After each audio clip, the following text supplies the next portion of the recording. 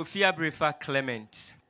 In Acts chapter 2, verse 22, you quoted, Peter said, "This Jesus, a man approved of God." Luke wrote the book of Acts. He was not a disciple of Jesus. Then Paul quoted the book of 1 Timothy 3:16. He says, "Without any controversy, great is the mystery of godliness. For God was manifest in the flesh. He was seen by angels. He was preached. He was justified."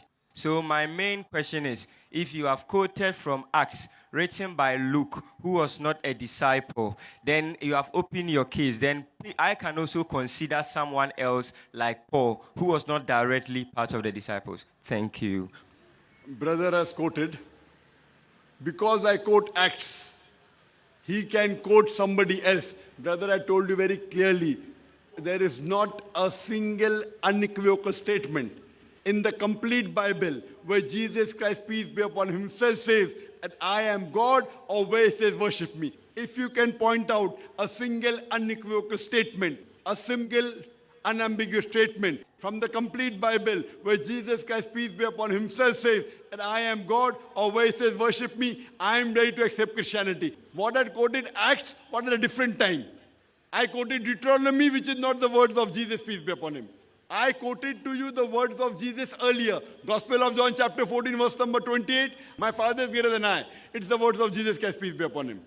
Gospel of John chapter 10 verse number 29. My Father is greater than all. Words of Jesus, peace be upon him. Now in my lecture I quoted to you many places of the Bible. What my challenge says, if you want to prove Jesus is God, point out a single unequivocal statement from the complete Bible where Jesus Christ, peace be upon him, himself says that I am God, or where he says worship me. Now one place, if you are telling, see, you have problem you have got. I'm giving the answer and doing like that.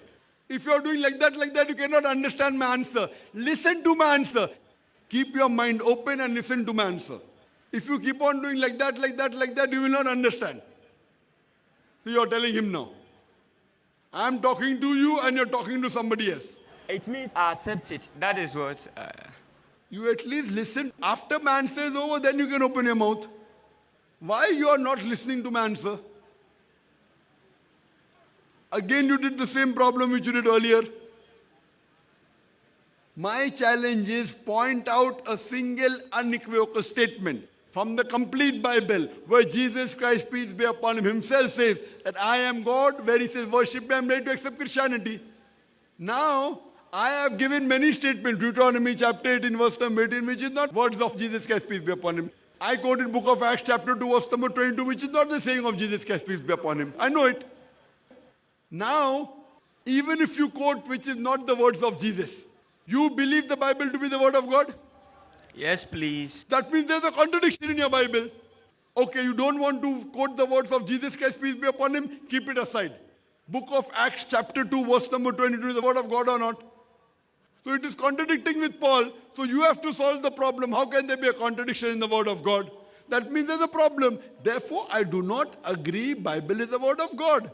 When book of Acts chapter number 2 verse number 22 clearly says, ye men of Israel, listen to this. Jesus of Nazareth, a man approved of God amongst you by miracles and wonders and signs which God did by him, and you are witness to it. Now you quote to me words of Paul. Now it is the word of God. Word of God is more important, the word of Paul is more important. So if there is a contradiction, there are hundreds of contradictions in the Bible. According to the scholars of Christianity, there are 50,000 errors in the Bible. How many? How many? The law of non-contradiction. The second law of 50,000 errors in the Bible according to scholars of Christianity. 50,000. You see my video cassette, Bible and Quran in the light of science. There are many contradictions. There are many scientific errors. Read that, hear that, and you'll be convinced that Bible is not the word of God.